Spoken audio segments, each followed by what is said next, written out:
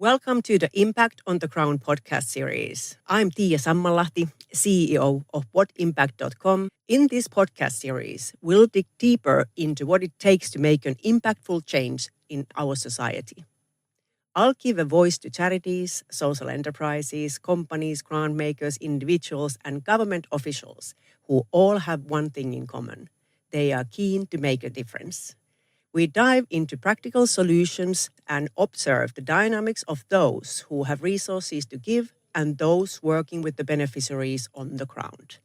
Let's start making an impact together. So, hello. Today we have here Nana Campbell from 10,000 Black Interns. Welcome, Nana. Hi, Tiia. Thanks so much for having me. Great to be here. Yes. So to be direct and transparent with our audience, we have worked together back in the days with Nana, and Nana was my super intern who then ended up working for What Impact for, I don't know, a couple of years. Back in the early days. Yeah, and now you're Chief Impact Officer at 10,000 Black Interns. I'm so proud of you and your career success. Oh, that is so kind of you to say. Thank you so much. So I first ask you, of course, a little recap of what is 10,000 Black Interns, although I guess it is what it says it is as an organization. But please, say that. And maybe then another question to kind of top it up is that what did your 2 years at What Impact teach you, and how have you applied it in your current job?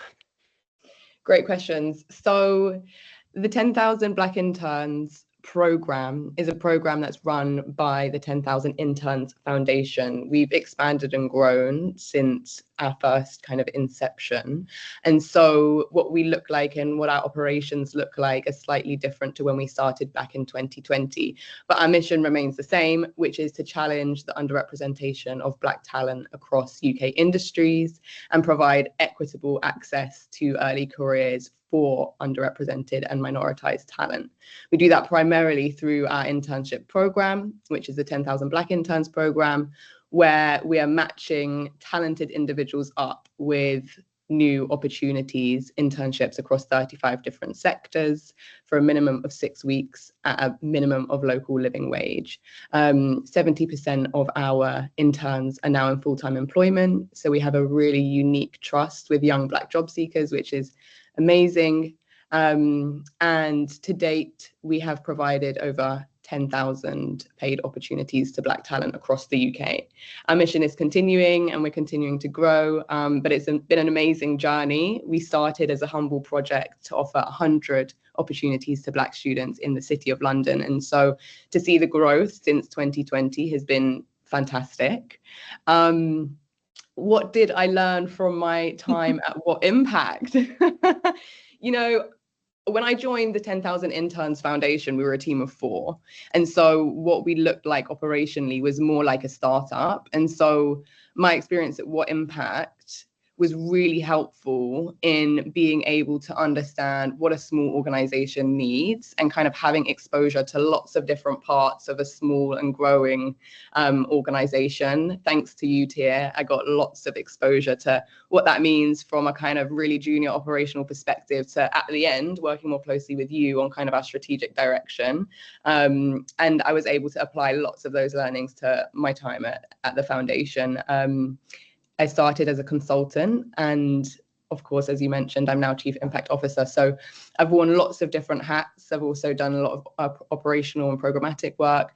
And so having a little bit of an understanding of, what different kind of seniorities need to bring to their roles has been super helpful, and something that I definitely took forward with me. Well, that's great to hear. But you were a true talent from the beginning anyway, so I'm not amazed that you're doing so well. Anyway, since you said that you have reached now 10,000 target, when is the mission complete? Is there still, this kind of unequal opportunity scenario in the UK, or has this 5 years already done a lot for your cause? Yeah, that's a really good question. I think, we don't see an end to our mission, although we have had a kind of quantitative measure wrapped around our impact over the last 5 years. The mission needs to continue. The challenge persists, and we envisage it persisting, irrespective of how many people we place into internship opportunities. Having said that, we believe that we've had a real tangible impact on the landscape in the UK. We think that around 25% of all of our eligible demographic have applied to our programs in the last 5 years. Thousands of young people have applied to the program, if not received internship opportunities directly from us. And so whilst we've been measuring our impact primarily through scale, as I said, what we're looking at now is how we can deepen our impact beyond the point of entry. So we have opened the door to careers, but what we know and what we found through our research and from talking to our interns is that inequality still persists once the door has been opened. So we're now turning our attention to, in addition to opening the door, what happens once young people are in employment, and how can we influence their success, progression and retention whilst they're in the workplace. So there's two sides of the coin that we're addressing and hoping to kind of improve. But, this is a global issue. It's not just a local issue. We're working kind of on a local scale, but, as we see macroeconomic, political, cultural landscapes change here and abroad, thinking about, for example, the US context, the landscape and the culture is constantly changing. And at the moment, our mission is threatened by some of these changing global dynamics. And so, we need to continue our work, and it's ever more important. So hopefully that doesn't sound too like, we're facing a mountain that we can't climb, but our work is definitely still needed. So what is like these tangible examples? What happens then in the workplace where this inequality is being kind of witnessed? That if you have a Black graduate entering amongst with other graduate, is it like their perception, or is there like some statistical support for you to kind of demonstrate that, okay, maybe these Black interns didn't progress in their career the same way that people from different backgrounds or something? How do you get that information and what it is? Yeah, so there's lots of information out there, leading research papers on kind of the ways in which Black talent are disproportionately affected by bias within the workplace. And what that looks like in practice is lower progression rates, lower retention rates, and these can be measured quantitatively and qualitatively. In our own research, we have spoken with a kind of statistically significant, if you like, sample of our interns. And that's how we gather our data. So we ask them a range of qualitative questions and quantitative questions. And what has come back is that for our interns, at least, they often feel as though they are having different conversations with their line managers and senior management. They're being perceived differently. They are experiencing a gap in pay. So there is the real issue of the racial wealth gap, which we see perpetuated through young people's career journeys, in pay disparities and a lack of opportunity to promotions and that kind of thing. And so I actually have some statistics here. You can edit this part out, Tiia, but no, it's fine. We are having a relaxed conversation in the podcast, so go for it. Yeah. Yeah. So we've just recently published our first ever impact report, and there are lots of statistics that you can find in there. And I'll drop a link to that here. Does that answer your question? Yeah, absolutely. We will, what's your website address once more? The website address is 10,000internsfoundation.com, and that's the number 10,000, so 10000internsfoundation.com. Okay, and you can find the report there as well. Yeah, absolutely. And 10,000 Black Interns profile can be also found on whatimpact.com and get connected. Yeah, so little bit more. So you are, enabling Black interns internships to increase. How do you work with companies then? What is the model? Yeah, so our delivery model and our process is that we invite employers to sign up to our program. Internally, we call that pledging. And what that means is an employer will come to our website and commit to hiring X number of interns the following summer. We then enroll them on our application tracking system and match them up with a slate of talent that matches their open vacancies. So the process is, upon signing up, an organization will list how many interns they'd like to hire and in which sectors or work streams. So there is a finite list of options that they can choose from, and we ask them to match roles to their best, kind of the nearest category. And then we ask our interns to do a similar thing. So when an intern applies to our process, they select up to 3 sectors or work streams that they're interested in, and we match them with employers with vacancies in those areas. It's all managed online on our kind of back-end system, and we ask recruiters to monitor the progress of their recruitments on that system, and then once they make a hire, they communicate that directly with our interns. Okay, so what does it cost for companies, or is this pledging free, or how do you get funding then for your work? So our model is that it's completely free to use for employers. The idea here is that we're improving access to opportunity and kind of bridging that gap between hard to access industries and hard to reach talent. And so it's free at the point of use for all organizations. If you want to hire an intern through us, you can. We do ask that you pay your interns a minimum of local living wage. So there is the cost implication there. But we are a charity, so we're also reliant on voluntary donations and corporate sponsorship, trust and foundation money. Historically, we've worked with employers on our program on a voluntary donation model. So we ask employers that if you do hire from our program, you consider making a donation to the foundation. We also have a corporate membership scheme, which means if you want a slightly more bespoke experience with us and more kind of stakeholder engagement touch points and hand-holding through the process, or you're looking for really specific talent that you need some help with kind of sifting through, then we do that through our corporate membership scheme. There's 2 tiers to that: community membership and then premier membership. And they both have slightly different costs associated with them. And so that's how we also engage corporates on our program. Okay, cool. Do you have like any like volunteering opportunities? Is there any mentoring schemes or something like that? Yeah, absolutely. So we run 3 training series per year to ensure that all of our candidates are really job ready and are prepared throughout the process. So the first training series is pre-application training, which essentially upskills our young people to submit a really good application and set them up for success in that sense. The second is pre-interview training.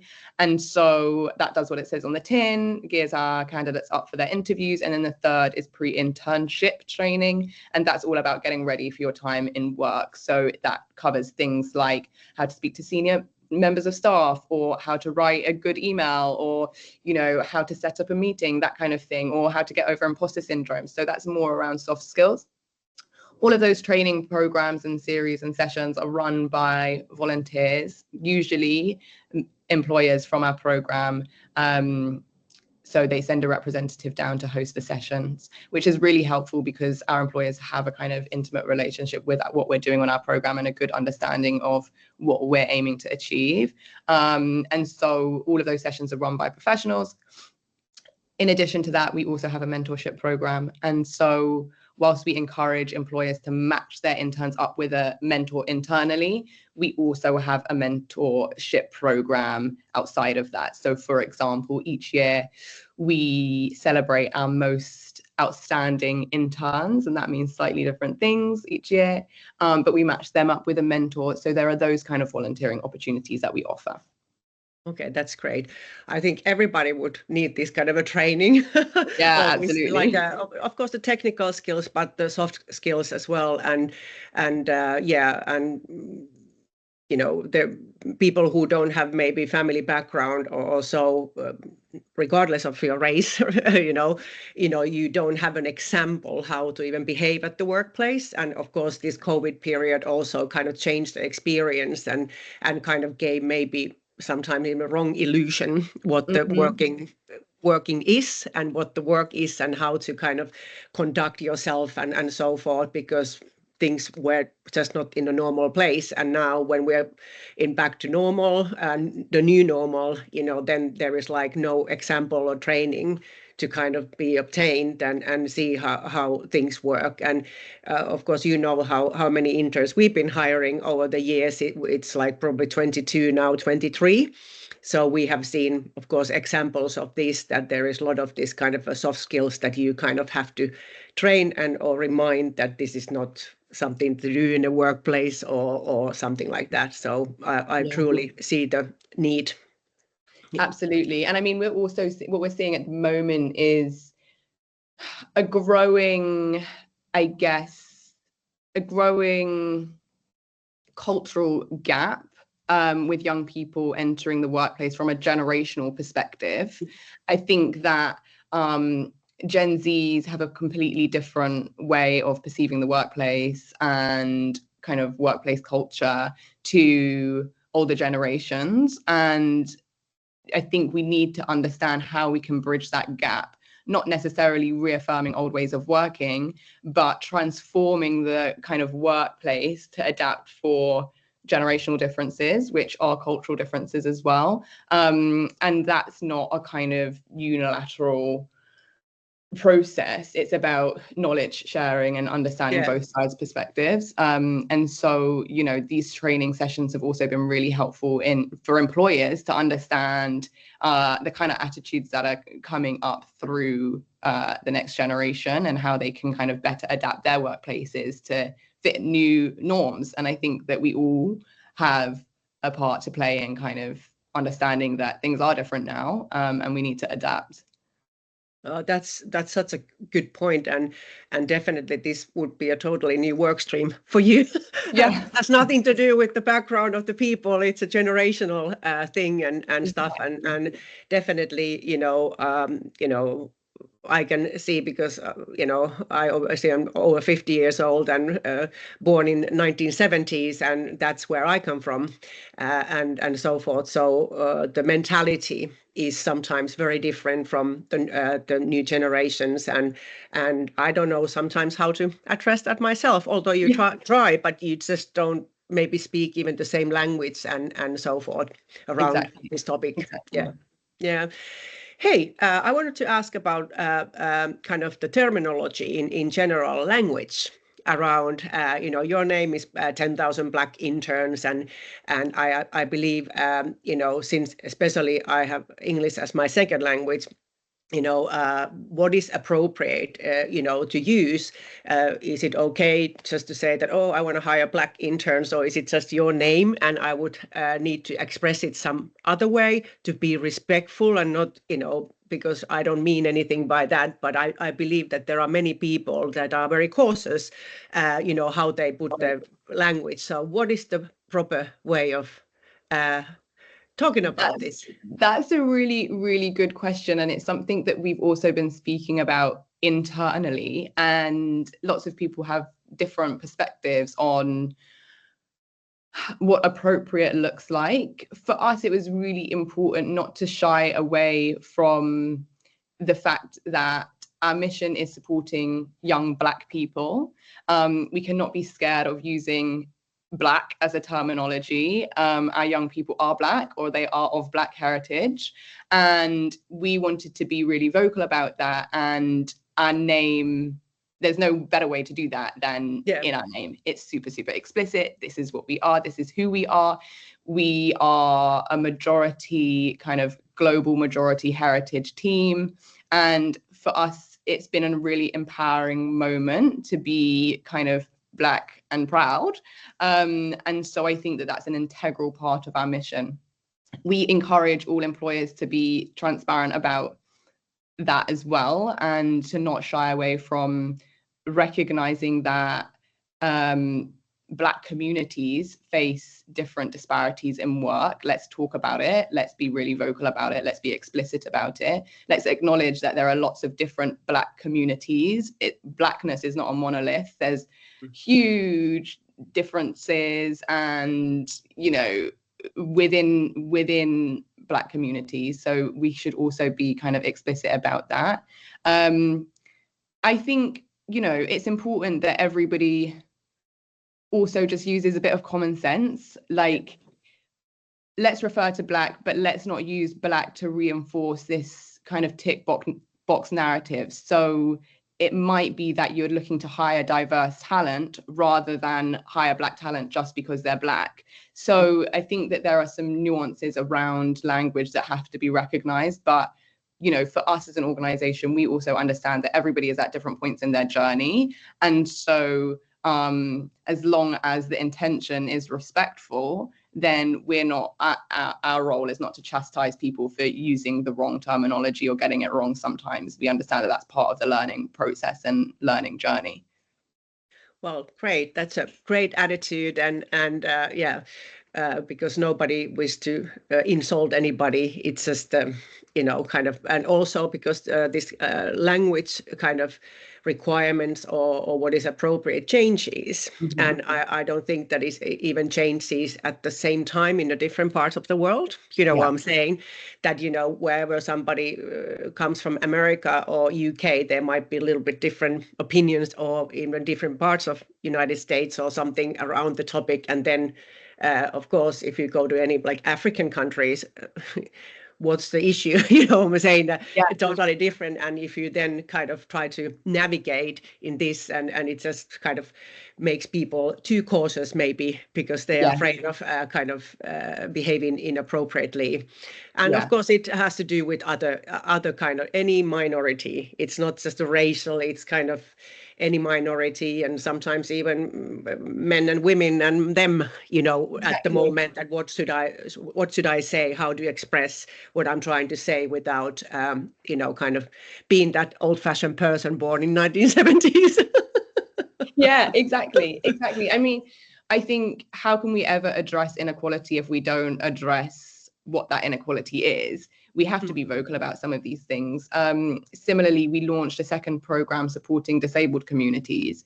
And this topic is super relevant for that kind of work as well. And we had to really encourage employers to become comfortable with talking about disability and saying the word disabled. I mean, if we can't say Black, if we can't say disabled, how are we meant to address the inequalities that those communities face? And so, if the intent is respect, then let's get there together.